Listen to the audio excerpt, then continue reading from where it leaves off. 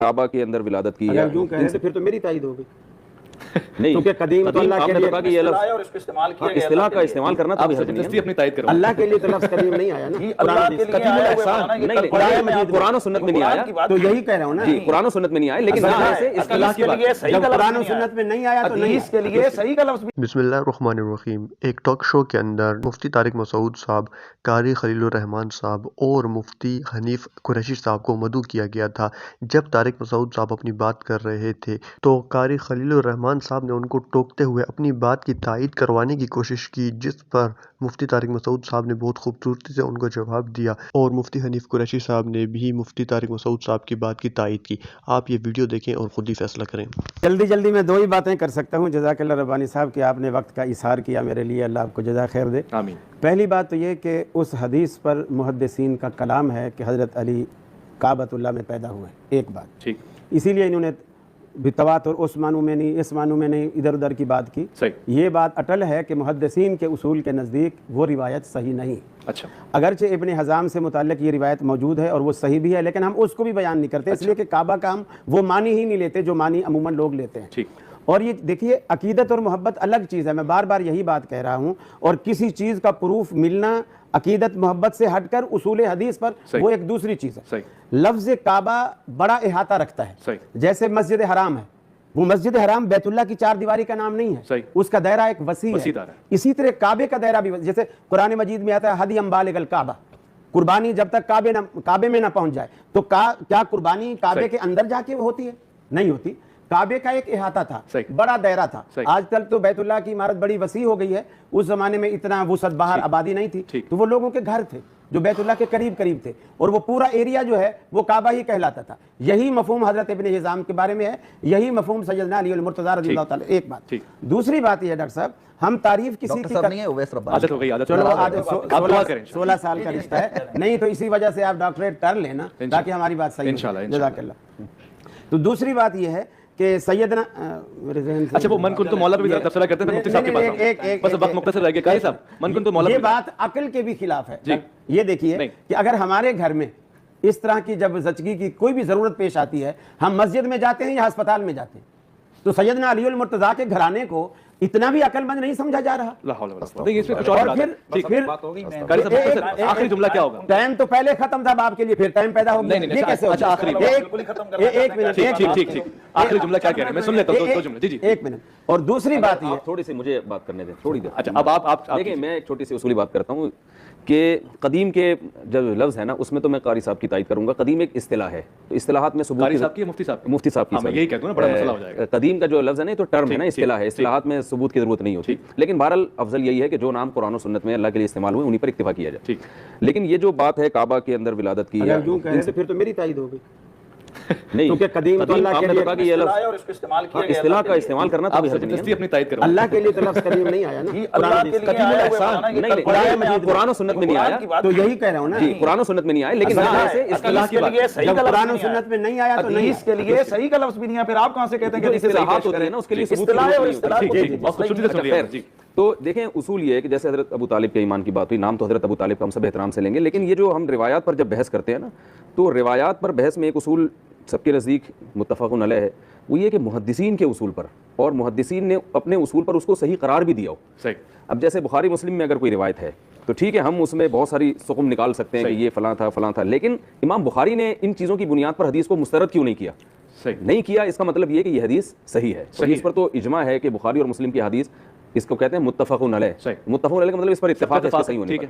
और ईमान का जो मसला है कि जैसे इन्होंने कहा कि भाई एक एहतमाल भी अगर निकलता हो ना ईमान का, तो हम उसको तरजीह देंगे जब पहले किसी का ईमान यकीनी तौर पर साबित हो जाए। अच्छा, साबित होने के बाद फिर हम जरा सी बातों पे कुफ्र का फतवा नहीं लगाएंगे, हत्तल इम्कान उसकी तावील की कोशिश करेंगे। तो अगर हम हज़रत अबू तालिब से अकीदत रखते हैं, इसमें तो कोई दो राय नहीं हो सकती, लेकिन और उनके ईमान और कुफ्र का मसला भी बड़ा खतरनाक है, इस पर ज़्यादा बहस करना भी, लेकिन इसमें जो है ना, मैं समझता हूँ किसी तरफ गुलू नहीं करना चाहिए, ऐसा तरीका इख्तियार करना जिससे हदीस पर भी एतमाद खत्म हो जाए, ये भी दुरुस्त नहीं है।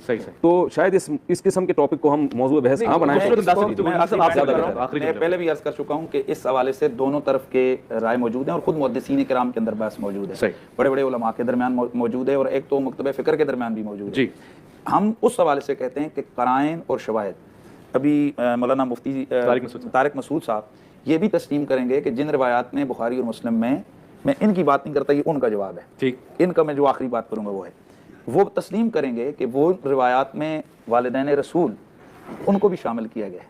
अच्छा, ये तो, और हालांकि उनके जो बुजुर्ग हैं मुश्तरका तौर पर आई है, रिवायत बुखारी मुस्लिम के अंदर है, तो हाँ इनके भी बड़े कई बुजुर्ग हैं, हमारे भी सारे बुजुर्ग हैं, वो तो बड़े तमतराक से ईमान की बात करते हैं, हालांकि बुखारी और मुस्लिम है, ठीक है।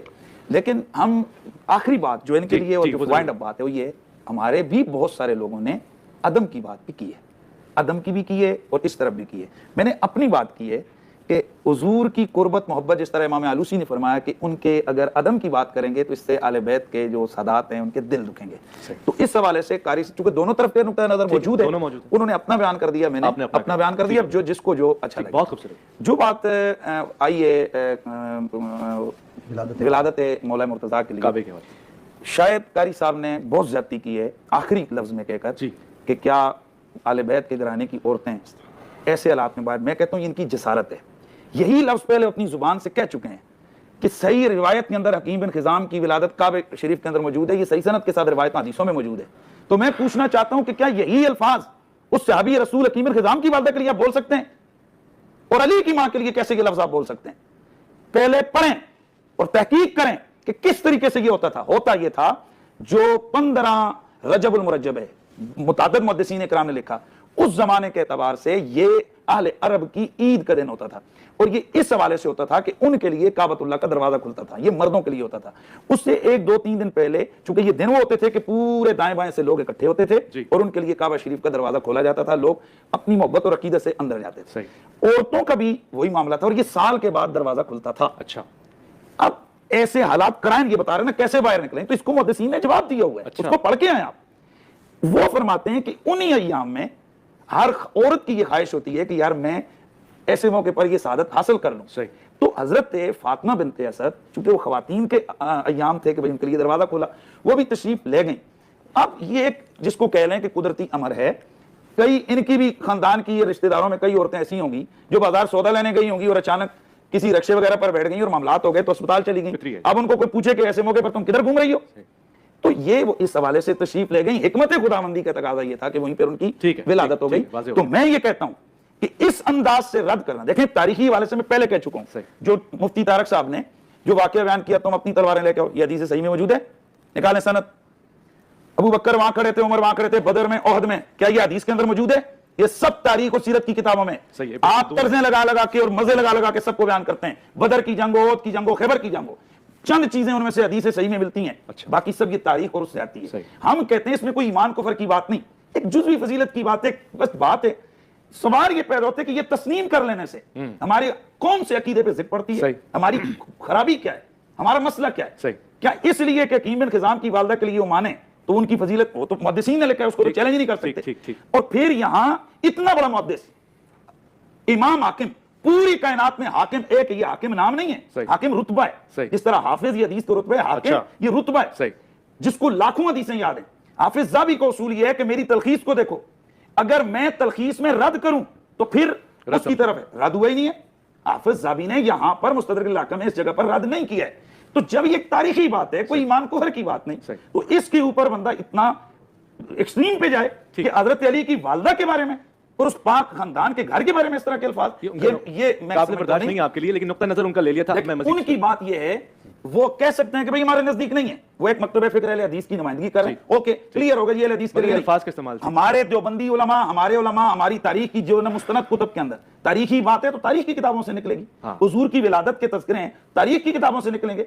हुजूर की विलादत की तारीख के हवाले से इख्तलाफ है, ये कहते हैं 12 है, दूसरा कहता है 8 है, तीसरा कहता है 9 है, तारीख के अंदर है ना, हदीस के अंदर तो नहीं है।